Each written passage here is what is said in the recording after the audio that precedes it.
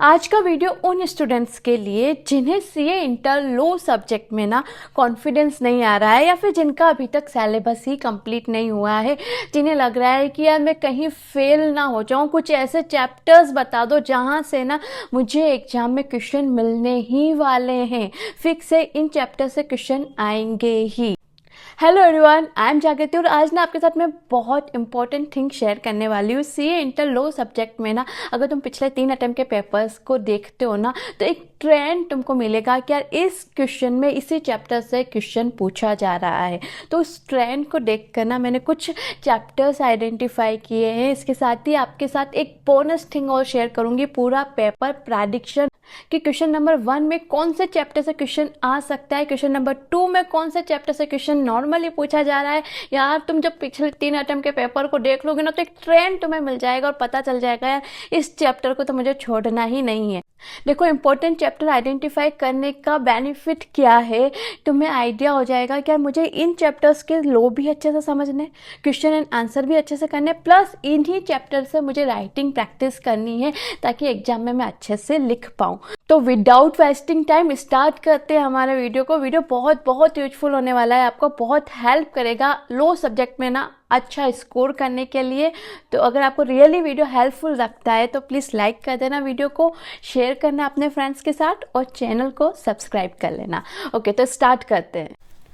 तो देखो, ये कुछ चैप्टर्स है जिनमें तुम्हें प्रोविजन भी बहुत अच्छे से करना है, इसके सारे क्वेश्चंस भी करने हैं, प्लस इन्हीं चैप्टर से तुम्हें राइटिंग प्रैक्टिस भी करनी है अगर तुम्हें कॉन्फिडेंस नहीं आ रहा है कि कहीं मैं फेल ना हो जाऊं। और ये एक कैटेगरी के चैप्टर में निकाल के कहाँ से लेके आई हूँ, तो देखो ऊपर आ जाओ, तुम्हारे पिछले 3 अटेम्प्ट के पेपर, 3 अटेम्प्ट के पेपर में देखो यहाँ पर फेमा में क्वेश्चन नंबर 1C में क्या ट्रेंड है, हर साल आपके हर अटेम्प्ट में फेमा का क्वेश्चन आ रहा है। यहाँ पर 4 मार्क का 1B में आपके कौन सा क्वेश्चन आ रहा है, accounts of a company and audit and auditor, इसी से आपके आ रहा है। यहाँ पर क्वेश्चन नंबर 1A में देखो और क्वेश्चन नंबर 2A में देखो।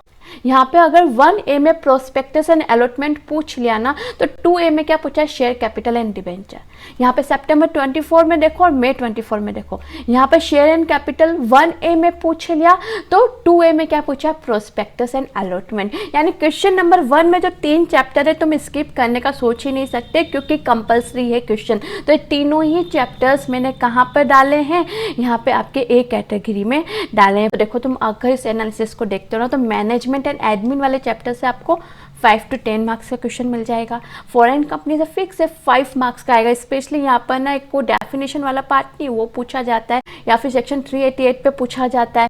एलएलपी फिक्स है, 2 क्वेश्चन मिलेंगे 5-5 मार्क्स के, यानी 10 मार्क्स यहाँ पर फिक्स है। तो एलएलपी वाले चैप्टर से तो तुम राइटिंग प्रैक्टिस कर ही लेना, सारे प्रोविजंस भी अच्छे से करने हैं, क्वेश्चन एंड आंसर भी अच्छे से करने हैं। नेक्स्ट, इंटरप्रिटेशन ऑफ स्टैट्यू, यहाँ पे आपको 8 नंबर के क्वेश्चन मिलेंगे और ये भी फिक्स है कहाँ पे मिलेंगे। देखो, इसके अकॉर्डिंग मैंने पूरा पेपर प्रेडिक्शन भी बनाया है, paper prediction for May 2025 attempt.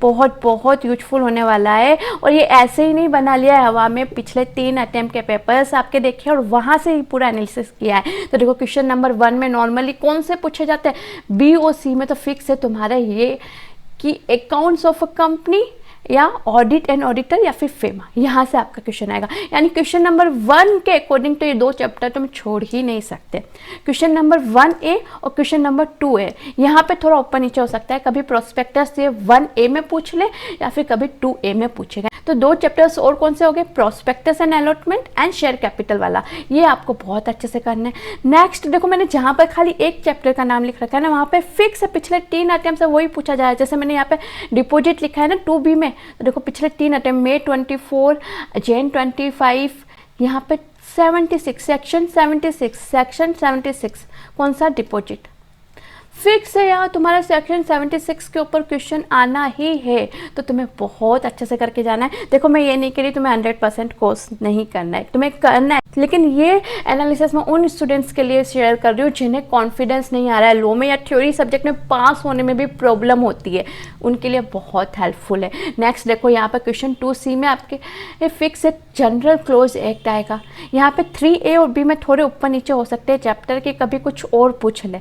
Normally management and admin का क्वेश्चन इसके ऊपर आता है या फिर रजिस्ट्रेशन ऑफ चार्जेस के ऊपर क्वेश्चन आएगा। देखो, यहाँ पर Jan 25 में मैनेजमेंट एंड एडमिन के ऊपर आया और यहाँ पर May 24 में मैनेजमेंट एंड एडमिन के ऊपर आया, लेकिन 24 में यहाँ पर सितंबर 24 में रजिस्ट्रेशन के ऊपर पूछ लिया। तो यहाँ पे ये जो मैंने येलो हाईलाइट कर रखा है ना, मतलब यहाँ पे कोई दूसरे चैप्टर्स, अदर चैप्टर्स भी पूछ सकते हैं, एक यहाँ पे और एक क्वेश्चन 6B में।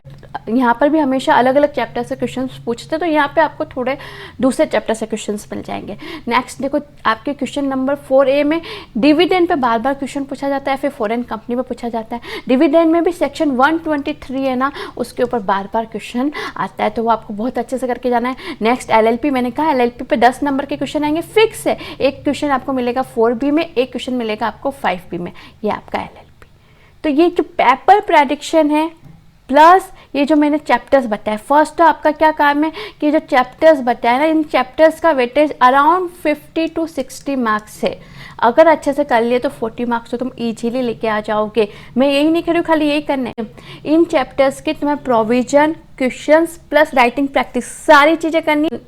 अदर चैप्टर्स के तुम प्रोविजन कर लेना, क्वेश्चन एंड आंसर कर लेना, लेकिन हाँ राइटिंग प्रैक्टिस उसमें नहीं करोगे तो चलेगा, लेकिन यहाँ पर तो करके जाने, क्योंकि एग्जाम में इसके ऊपर मुझे आंसर लिखना है तो अच्छे से करके जाना है। नेक्स्ट देखो मैंने B कैटेगरी में कौन से डाले हैं, आपके deposit, dividend, incorporation of a company, क्योंकि ये ना क्वेश्चन नंबर 1 में नहीं आ रहे हैं, नीचे के क्वेश्चन में आ रहे हैं। तो अगर आप इसमें से पेपर प्रेडिक्शन को देख के आपको लगता है कि मुझे ये वाला क्वेश्चन छोड़ना है, तो आप इसके अकॉर्डिंग डिसाइड कर सकते हो कि यार मुझे ये चैप्टर करना है या नहीं। लेकिन जो मैंने ये सारे चैप्टर्स आपको बताए ना, सारे A और B कैटेगरी बहुत अच्छे से करके जाने हैं, प्लस 100% कोर्स करना है। हाँ अदर चैप्टर्स के तुम प्रोविजन रीड कर सकते हो, या फिर टाइम नहीं तो क्वेश्चन एंड आंसर थोड़े शॉर्ट में या जल्दी जल्दी निपटा सकते हो, लेकिन इन चैप्टर्स के ऊपर तो तुम्हें बिल्कुल अच्छे से टाइम देना है, अच्छे से प्रैक्टिस करनी है। ये जो भी PDF है मैं आपके साथ शेयर कर दूंगी। आई होप ये पूरा ना आपको रियली आपके स्टडी में हेल्पफुल रहेगा। तो आज के वीडियो में इतना ही, बाय बाय, मिलते हैं ऐसे किसी दूसरे वीडियो के साथ।